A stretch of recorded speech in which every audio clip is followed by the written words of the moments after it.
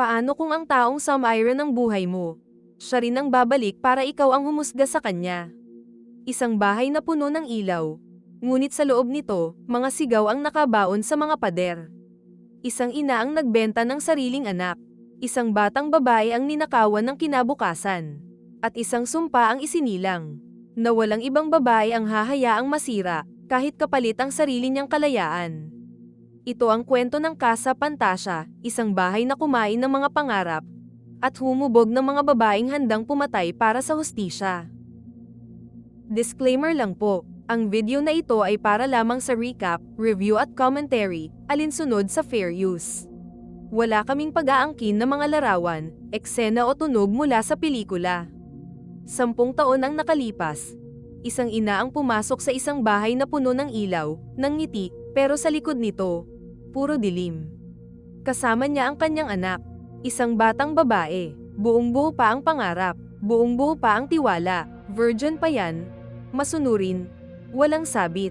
Iyon ang mga salitang binitiwan ng isang ina, kapalit ng pera. At sa sandaling tumalikod siya, iniwan niya ang sariling anak sa impyerno. Sa unang gabi, sumigaw ang bata, nakiusap, umiiyak, pero sa Casa Pantasya, walang nakakarinig ng iyak. Sa gabing iyon, may isang bagay na tuluyang namatay sa loob niya. At may isang sumpang isinilang. Hindi ko hahayaang mangyari ito sa iba. Lumipas ang mga taon.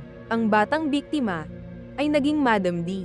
Tahimik, matatag, may matang pagod na sa kasinungalingan ng mundo. Sa loob ng kasa, iisa lang ang batas niya. Kapag pumasok ka rito, poprotektahan kita, hanggat kaya ko. Hanggang dumating si Andrea, isang batang babae na gustong tumakas sa hirap. Walang alam, walang muwang, handang isugal ang lahat para sa pamilya. Sa unang tingin pa lang, alam na ni Madam D, nakita niya ang sarili niya kay Andrea. Mabilis umangat si Andrea, mabilis naging paborito, mabilis naging sentro ng inggit. At sa bawat palakpak, may kasamang matang nag-aapoy sa galit. Si Honey, ang dating reyna ng kasa, unti-unting nawalan ng pwesto, ng kwarto, ng halaga. Sa Casa Pantasya, kapag nalampasan ka, iiwan ka. At dumating ang tunay na halimaw. Ang taong sanay masunod, sanay magmay-ari, Mayor Delphine. Sa likod ng alok na, magandang buhay, may kamay na marahas. May kapangyarihang kayang pumatay ng pangarap. Sinaktan si Andrea, dinurog. Tinuruan na ang pag-iyak ay walang silbi. Nang gustuhin na siyang angkinin ng tuluyan, tumanggi si Madam D. Pero ang sagot ng mayor, lahat ng nandito, pag-aari ko.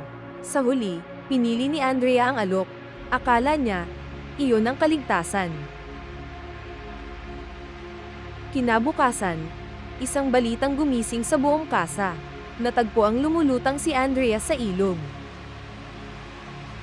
Tahimik ang lahat, wasak si Madam D at sa dibdib ni Honey, may apoy na tuluyang nagising. Sa gabing bumalik ang mayor sa kasa, si Honey ang kasama niya. Sa bawat ngiti, may lihim. Sa bawat lamang, may galit. At sa gabing iyon, tinapos ang kwento ng isang makapangyarihang lalaki.